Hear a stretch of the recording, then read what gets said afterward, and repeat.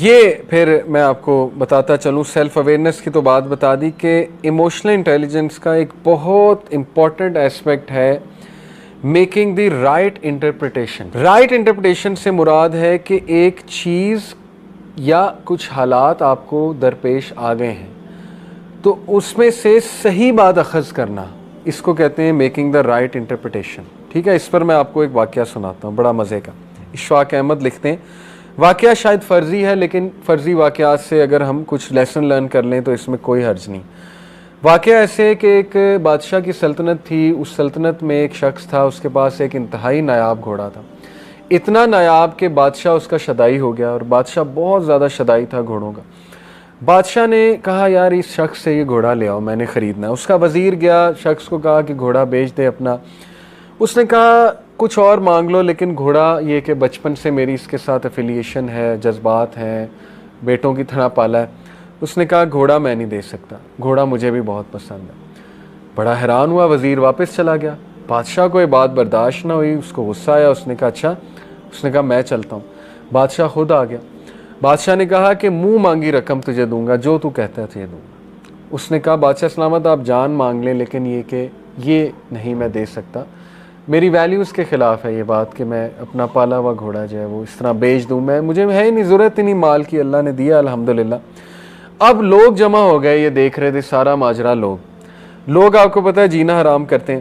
بادشاہ نے کہا اچھا چل تجھے میں آدھی سلطنت دے دوں گا. بادشاہ نے ٹیسٹ کرنے کے لیے، تو اس نے مسکرا کر کہا کہ نہیں. اب بادشاہ نے کہا تو پچھتائے گا. بادشاہ چلا گیا. لوگ آ گئے، لوگ نے کہا کہ یار تو اتنا بدبخت ہے، دیکھ تو اتنی بڑی آفر ہو رہی، کیا یہ گھوڑا، ایک گھوڑے کے پیچھے تو نے بادشاہ کی یہ آفر ریجیکٹ کر دی.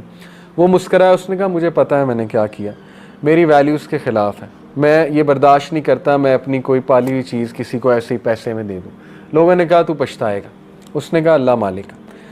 اب ہوا یہ واقعہ آگے جاتا ہے کہ وہ گھوڑا بھاگ گیا استبل سے تقریباً چند دن بعد. اب آپ دیکھیں لوگوں نے کس طرح مینٹل ٹارچر دیا ہوگا. لوگوں نے کہا کہ ہون حرام ہے، اگر اس گھوڑے کو بیچ دیتا تو آج تیرے پاس پیسے بھی ہوتے، آدھی سلطنت کا بادشاہ بھی ہوتا. کیا ملا؟ بھاگ گیا. ایک جانور جس سے تو نے وفا کی، دیکھ جانور نے تیرے سے وفا نہیں کی، چلا گیا. وہ مسکرایا. اس نے کہا بس یہی تھا قسمت میں، کوئی بات نہیں، میرا اس کا ساتھ اس طرح لکھا ہوا تھا، اللہ تعالیٰ نے جو دینا ہے دینا، ہو سکتا ہے اللہ مجھے اس کے بدلے بہت کچھ دے دے. اب ہوا یہ مزے کی بات، لکھنے والے لکھتے ہیں کہ وہ گھوڑا اپنے پیچھے 12 گھوڑے لے آئے جنگل سے.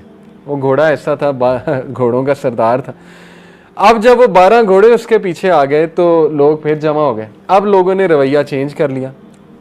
بتانے کا مقصد پتہ ہے کیا رائٹر کا، کہ لوگ چینج ہوتے ہیں واقعات کے مطابق، حالات کے مطابق. ایک واقعے کو پکڑ کے نا پوری لائف کو پینٹ کر دیتے ہیں. اب لوگوں نے کہا اچھا تو تو بڑا عقل مند ہے، تو نے تو اس کو ٹرین کیا ہوا تھا، ہمیں تو پتہ ہی نہیں، اصل میں تو 12 گھوڑے اور لانا چاہتا تھا تاکہ ایک کی بجائے 13 گھوڑے بیچیں اور تجھے زیادہ مال ملے. تو وہ ہنسا کہتا ہے نہیں تم لوگ بیوقوف ہو، ایسی کوئی بات نہیں، بس اللہ نے دینا تھا، اللہ نے مجھے اس کے بدلے دیا اور میرا اللہ پہ بلیف ہے، جو ہوتا ہے بہتری کے لیے ہوتا ہے. وہ ابھی تک رائٹ انٹرپریٹیشنز کر رہا ہے. ٹھیک ہے. اس کے بعد یہ ہوا کہ اس کے گھوڑے پہ اس کا بیٹا بیٹھا ہوا تھا، اکلوتا بیٹا. گھوڑے نے اسے گرایا، اس کے بیٹے کی ٹانگ ٹوٹ گئی. اب وہ پھر آگے لوگ، دیکھا منوس گھوڑا ہے، تیرا اکلوتا بیٹا، تیرا کون سہارا بنے گا. اس نے کہا بھائی دیکھو یہ اللہ کی طرف سے ہوا ہے، اللہ مالک ہے، میرا سہارا اللہ ہے. میرا بیٹا ٹھیک ہے اس کی ٹانگ ٹوٹ گئی لیکن یہ کہ دکھ تو بہت ہے، بٹ یہ کہ میری نظروں کے سامنے رہے گا، چلو اللہ تعالیٰ اس سے کوئی بہتری لائے گا. ایسا ہی ہوا. جنگ چھڑی اس میں علاقے میں، اور اس تک دور کا رول تھا کہ ہر ایسا بچہ جو چل پھر سکتا ہے اس کے ہاتھ میں تلوار پکڑائی جاتی تھی کہ آجو بھائی. اس کے گھر سولجرز آئے بادشاہ کے، دیکھا کہ ٹانگ ٹوٹی ہے بیٹے کی، انہوں نے کہا یہ تو ہمارے کسی کام کا نہیں، اس کے بیٹے کو چھوڑ کے چلے گئے. اب لوگ پھر آ گئے، کہتے تو بہت خوش قسمت ہے، تیرا بیٹا تیرے پاس ہے، لخت جگر ہمارے بیٹوں کو لے گئے، رونے لگ گئے، یہ وہ ہمارا کیا بنے گا، یہ وہ. اس نے کہا I've had enough، تم لوگ ایک نمبر کے بیوقوف ہو، اور تم لوگوں کا مسئلہ یہ ہے کہ زندگی میں کوئی ایک حادثہ ہوتا ہے تم اس کو پکڑ کے کنکلوژن پہ پہنچ جاتے ہو اور پوری لائف پینٹ کر دیتے ہو، جبکہ ہر حادثے کا ایک مقصد ہوتا ہے. میں نے کیا کیا یہ مجھے پتا ہے. اس کی سیلف اویئرنیس بہت ہائی تھی کہ میں یہ نہیں کر سکتا کام، اللہ دے گا، اللہ نے مجھے نوازا بھی ہے، ایک حادثے سے بھی گزارا، ایکسیڈنٹ سے. اب وہ گھوڑے کو بلیم کرنے لگ جاتا، یہ دکھ پکڑنے لگ جاتا کہ کاش میں یہ گھوڑا بیچ دیتا تو آج میرے بیٹے کی ٹانگ نہ ٹوٹتی. پھر تو وہ مارا گیا, پھر تو اس نے آگے بھی نہیں چلنا, نہ وہ بچوں کو پیار دے سکے گا. تو مسئلہ یہ ہے کہ ہم لوگ ایک پاسٹ کے واقعے کو بلیم کرتے رہتے ہیں کہ یار اس کی نہ بدعا لگ گئی ہو, اس کی وجہ سے نہ ہو گیا ہو, اس کے ساتھ میں نے ایسے کیا تھا, یہ نہ ہو گیا ہو, وہ نہ ہو گیا ہو.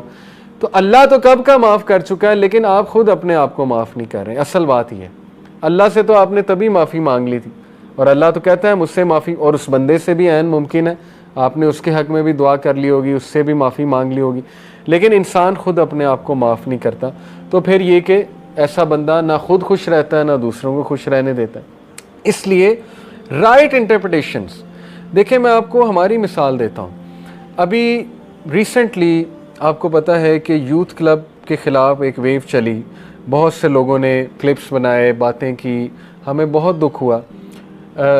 اپنے ہی دینی لوگوں کی طرف سے جب ایسی کوئی چیز آتی ہے نا کہ بغیر سوچے سمجھے وہ ایک ہمارے خلاف مہم شروع کر دیں, ویو نکالنا شروع کر دیں, بہت دکھ ہوتا ہے.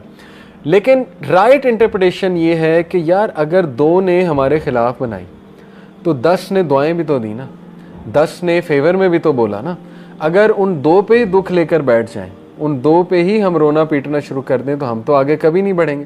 تو ہوتا کیا ہے کہ شیطان آپ کو صرف وہ 2 چیزیں دکھا رہا ہوتا ہے کہ یہ دیکھ یہ ہو رہا ہے. اس لیے ایسے موقع پہ جب بہت زیادہ جذبات حاوی ہوں, بہت ایموشنل ہوں, آپ بہت فرسٹریشن کا شکار ہوں, اس وقت اپنے آپ کو اس ایونٹ سے ڈس ایسوسیٹ کر کے تھوڑا سا نکل کے اس زون سے کچھ پازیٹیو چیزیں بھی دیکھیں, ضرور موجود ہوں گی وہ پازیٹیو چیزیں, اور رائٹ انٹرپریٹیشن کریں. اگر آپ سے نہیں ہو رہی, اسی لیے کہتے ہیں کسی عقل مند بندے سے بات کر لیں, ہو سکتا ہے وہ آپ کو دکھا دیں. اور ایسا ہی ہوتا ہے, کوئی آپ کے مخلص دوست ہوتے ہیں, اچھے دوست ہوتے ہیں, وہ آپ کو کہتے ہیں کہ یار نہیں اگر ایسا ہو رہا ہے تو پھر ایسا بھی تو ہو رہا ہے نا, یہ بھی تو دیکھو نا, اس کی طرف بھی تو توجہ دو.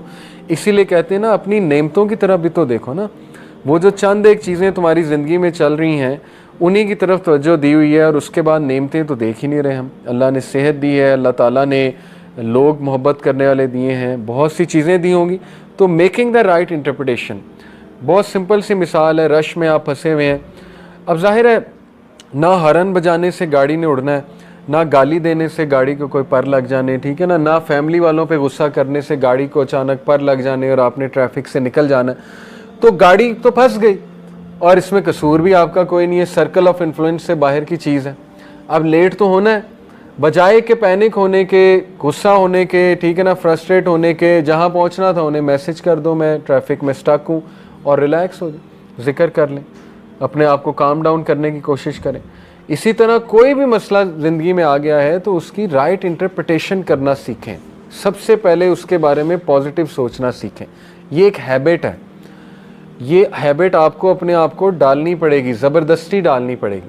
کئی چیزیں ہم زبردستی ڈالتے ہیں اپنے آپ کو, یہ بھی زبردستی ڈالیں کہ نہیں جو مرضی ہو جائے میں نے منہ سے پازیٹیو انٹرپریٹیشن ہی نکالنی, پازیٹیو بات ہی میں نے منہ سے کرنی, ٹھیک ہے نا.